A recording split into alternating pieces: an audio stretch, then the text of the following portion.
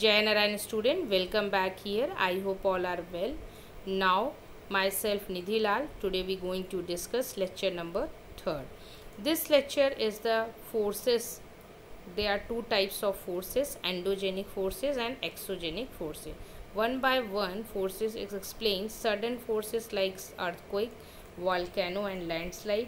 And second, diastrophic forces building mountains, and exogenic forces erosional and depositional, rivers, wind, sea waves and glacier. Now see, first, the movement of plate cause a change on the surface of the earth. There are two types of forces. First, endogenic forces and exogenic forces. See, basically endo means inside and exo means outside. Endo means inside and genic means origin, किसी चीज़ की उत्पत्ति होना. The force which act in interior of the, जो inside हो रहा है, अंदर से हमारी कोई एक्टिविटी हो रही, that is the endogenic. And the force that work on the surface, जो हमारे ऊपर हो रहा है, that is the exogenic force. तो endogenic forces and exogenic forces. The force which act in the interior of the earth are called as the endogenic forces. The force that work on the surface of the earth are called exogenic forces. Now, two types of movement. First, endogenic forces, earthquake, volcanoes. Exogenic forces, erosional and depositional.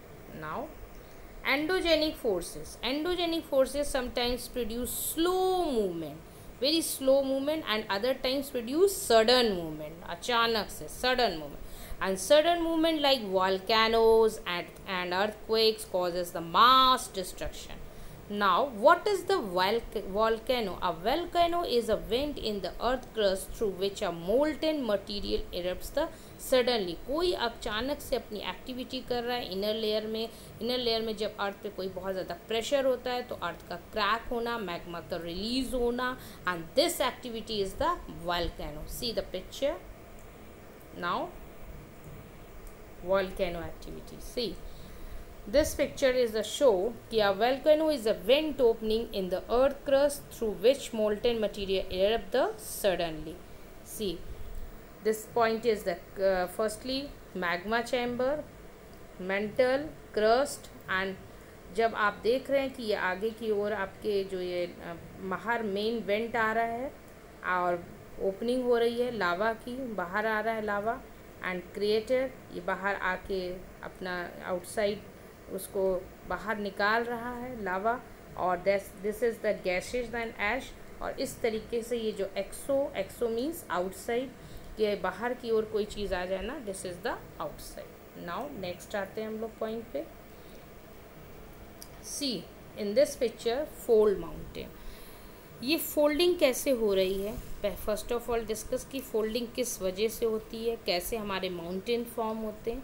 ये भी हमारी एक plate से होता है. Stress with in the plates, जब कोई भी प्लेट में स्ट्रेस पड़ता है, stress with in the plates and the continental rocks above the result in the movement of the plates. और इस तरीके से हम एक रिजल्ट ऊपर देख रहे हैं कि हमारा माउंटेन्स आ रहा है. The movement of plates leads to the folding. और जब एक प्लेट्स दूसरी प्लेट्स को प्रेशर देती है, मतलब कंप्रेशनल फोर्स लगता है वहाँ पर कि wrapping rocks due to the compressional force, और वो ऊपर की ओर उठती है, it is called the mountain. इस तरीके से वो माउंटेन फॉर्म करती है और इसे हम कहते हैं फोल्डिंग. सी कैसे हमारा माउंटेन फॉर्म हुआ है. Upper most mental, upper most में हमारी क्रस्ट और फिर सेकेंड में मेंटल, और ये टेक्टोनिक प्लेट्स एक दूसरे से किस तरीके से फोर्स कर रही हैं, कंप्रेशनल फोर्स, और ये ऊपर की ओर उठ रही है और हमारा क्या बना दे रही है, माउंटेन. और what is the folding, this is the folding. What is the folding, folding means wrapping of rocks due to the compressional forces. Now see the mountains. Volcano activity is clear कि volcano is a vent opening in the earth crust through the which molten material erupts the suddenly. See, magma. Magma material, आप देख रहे हैं कि magma का जो movement है, this is the circular movement. और मैग्मा हमेशा लिक्विड फॉर्म होता है और इनसाइड द अर्थ होता है, और ये जो इसका मूवमेंट होता है very slowly, very slowly. Now next आते हैं हम लोग earthquake. Earthquake is similarly when the lithospheric plates move, the surface of the earth vibrates. When the lithospheric plates move, the surface of the vibrate. These vibrates are called earthquake. जो vibrates होते हैं अर्थ पे और interior में जो movement plate suddenly होते हैं और अर्थ पे जो सरफेस पे एक वाइब्रेशन दिखता है, this is called the earthquake.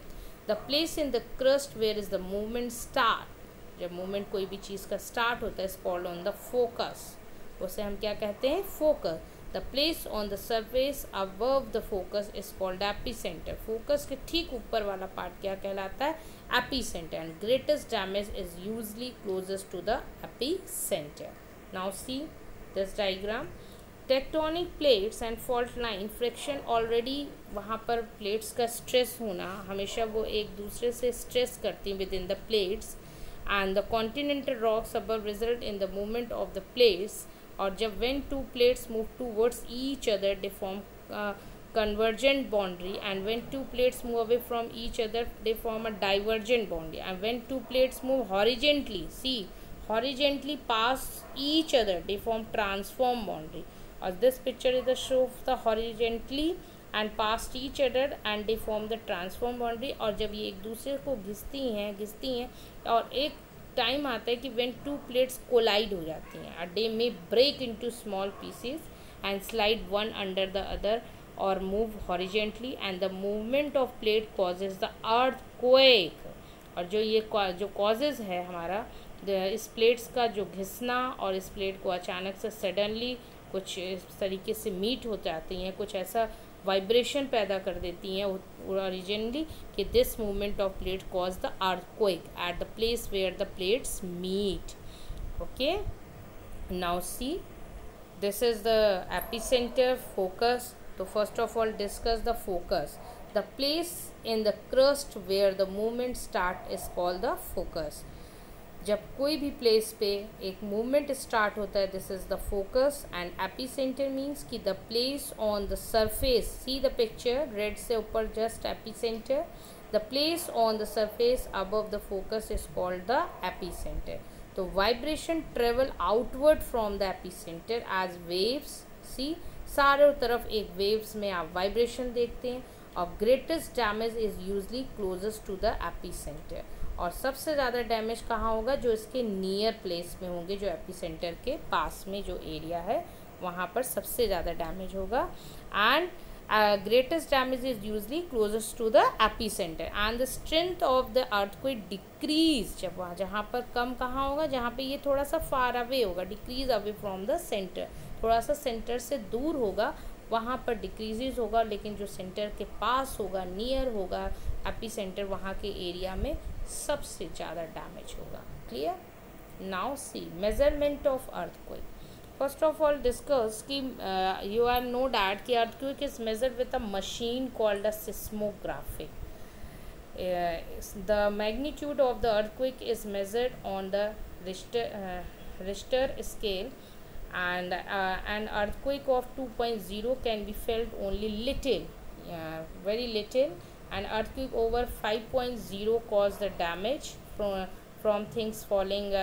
6.0 or a higher magnitude is considered very strong, and 7.0 classified as a major earthquake. So this is the measurement of earthquake. कि earthquake is measured with a machine is called as seismograph. हम एक machine जो जिससे measure करते हैं जिस machine को, उसको क्या कहते हैं? सिस्मोग्राफ.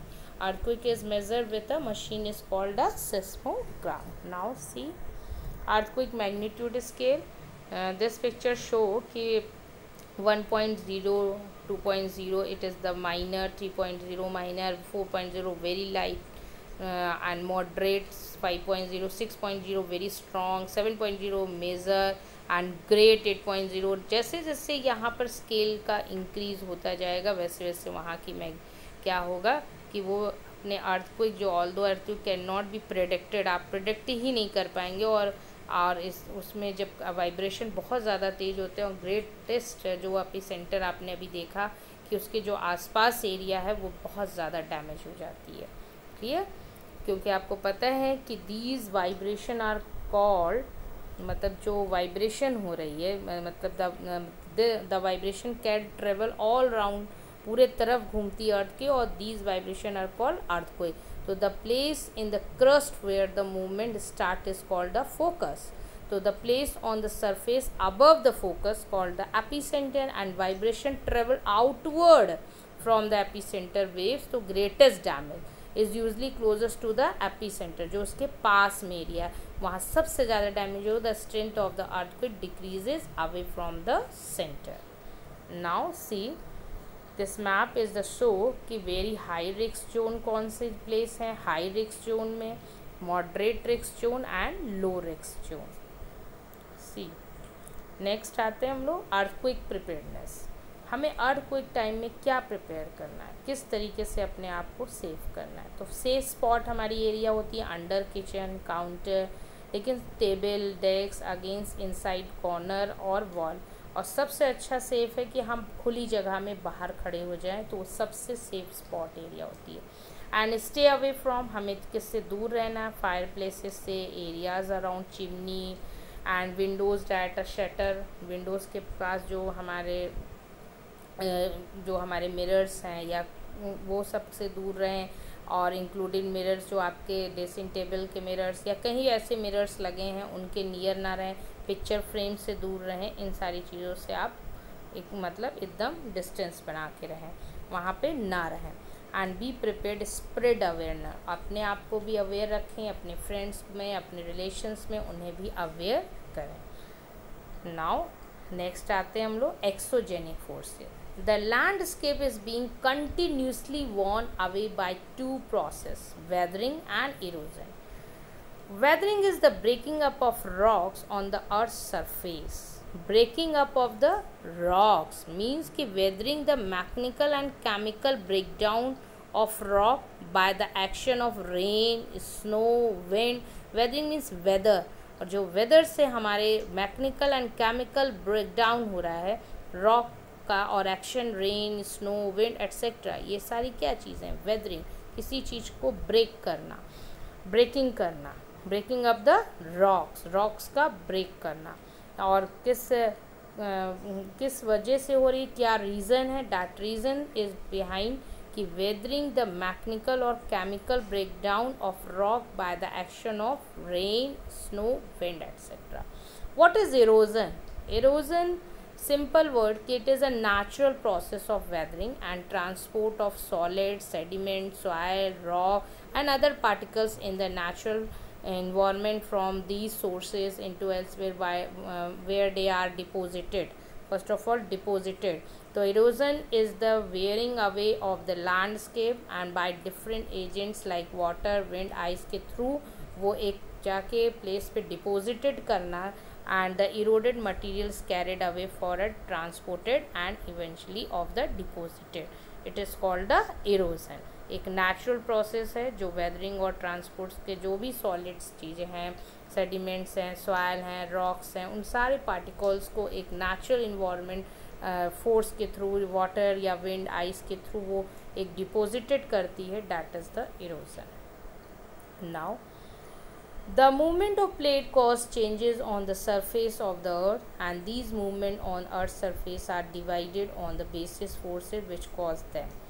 ये हम लोग ने ऑलरेडी डिस्कस कर लिया है कि अर्थ सरफेस में कैसे चेंजेस आ रहे हैं, किसके थ्रू आ रहे हैं, वेदरिंग, इरोजन, ये सारी चीज़ें. और इंटीरियर में क्या हमने देखा कि सडनली किस तरीके से चेंजेस हो रहा है, वोल्केनो एक्टिविटी, अर्थक्वेक किस तरीके से आ रहा है, और रीज़न इसके क्या है, हमारे अंदर जो वाइब्रेशन होती है जब हमारे अर्थ में नियर में, और ये जब एक दूसरे से वो जब मीट करती है, जब when two plates collide, they may break into small pieces and slide on under the other or move horizontally, and this movement of plate cause the earthquake at the place where the plates meet, and movements of these plates have changed the position and size and continents over a million of years.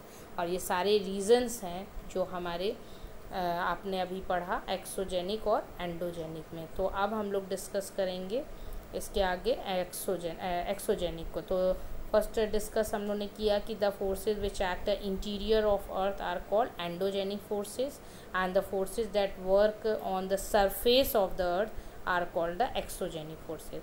और exogenic में जो forces act करते हैं तो उसके पीछे जो reason है mainly beside the geological formation and number of process such as weathering, erosion and deposition have created and modified the relief to present them, जो आप इस टाइम पे देख रहे हैं। तो नाउ सी, तो फर्स्ट हम लोग ने फर्स्टली डिस्कस कर लिया कि एक्सोजेनिक और एंडोजेनिक प्रोसेस क्या होता है। तो the landscape is being continuously worn away by two process, weathering and erosion. तो आर यू अंडरस्टूड कि what is weathering? Weathering is a breakup of the rocks on the earth surface. Erosion is the wearing away the landscape by different agents like water, wind and ice, and the eroded the material carried away or transported by water, wind, etc. and eventually deposited, and this process of erosion and deposition create different landform on the surface of the earth. First of all discuss the work of a river. The running water erodes the landscape. So see, waterfall when the river tumbles at steep angle over hard rocks or down the steep valley, in it form a waterfall.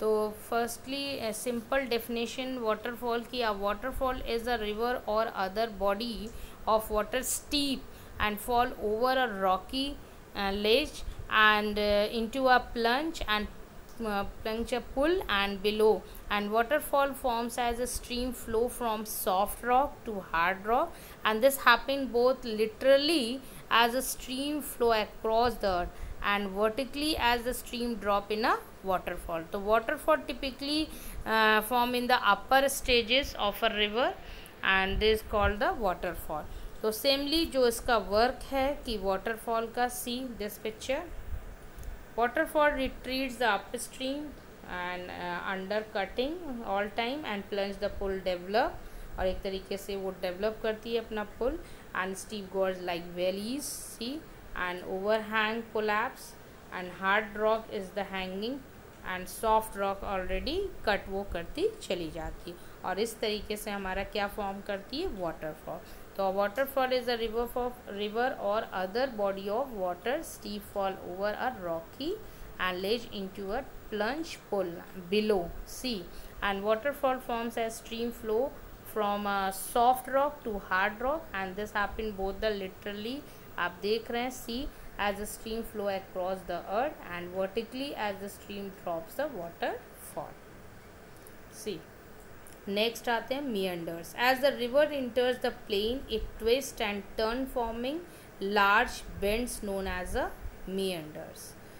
Simple way कि as the river enters the plain and it twists and turns forming a large bends known as meanders. See the picture. This is the waterfall, Tawahi Falls. Now this picture show कि there are first आप देख रहे हैं mountain से जो हमारी river आ रही है, this is the upper course, and second में आप देख रहे हैं कि हमारे middle course and this last is the lower course. See, next आते हैं हम लोग. लोअर कोर्स से पानी कहाँ जा रहा है? सी में जा रहा है. Next, middle course is the meanders. हम मिडिल कोर्स को क्या कहेंगे? मिएंडर्स कहेंगे. अभी आपने देखा कि मिएंडर्स किस तरीके से बन रही है, जो हमारे नीचे पहले रिवर से वो पानी आ रहा है और नीचे आ रहा है, तो आप वाइंडिंग कर्व हो रहा है, देख रहे हैं इसका कर्व कैसा वाइंडिंग है, बेंड किया हुआ है, क्योंकि जो रिवर है वो बेंड वो मूव करती हुई एक पूरा नीचे आती है और मूव उसका बेंड फॉर्म में आ जाता है. तो एक सिंपल वर्ड में हम इसको डेफिनेशन बोलें कि what is the meander? तो a winding curve or bend of a river, a winding curve or bend of a river. Now see, this is the middle course जो plain areas में. See, erosion, yeah, I have already discussed कि what is erosion. तो removing of soil, rock dissolve and material and transport to another location. और rivers हमारे पास जो भी लाती हैं वो एक प्लेस से दूसरे प्लेस वहाँ एरोजन के थ्रू वो डिपॉजिटेड होता चला जाता है. सी, नेक्स्ट आप देख रहे हैं कि जब मेंडर्स हमारे नीचे आ गए हैं, उनका जब मूवमेंट स्लो हो जाता है तो ये कट हो जाता है। दिस पॉइंट ये जो अलग हो गया, this is the oxbow lake see, और this is the meanders. Fast flowing water में ये ऊपर उठता है और फिर जब ये नीचे आता है तो जब स्लो मूविंग वाटर हो जाता है तो वो थोड़ा सा नीचे हो जाता है, और नीचे होने के बाद एक जो कट होता है, मतलब in due course of time the meanders loop cut off from the river. जब ये रिवर का जब कट ऑफ होना, this is the oxbow see, this is the oxbow lake. Oxbow lake cut किस टाइम पे होता है? In due to course of time the meanders very slow and loop a cut off from the river, और river से वो जब S type से कटती है, this is the oxbow lake. Now this is the lecture number 3rd.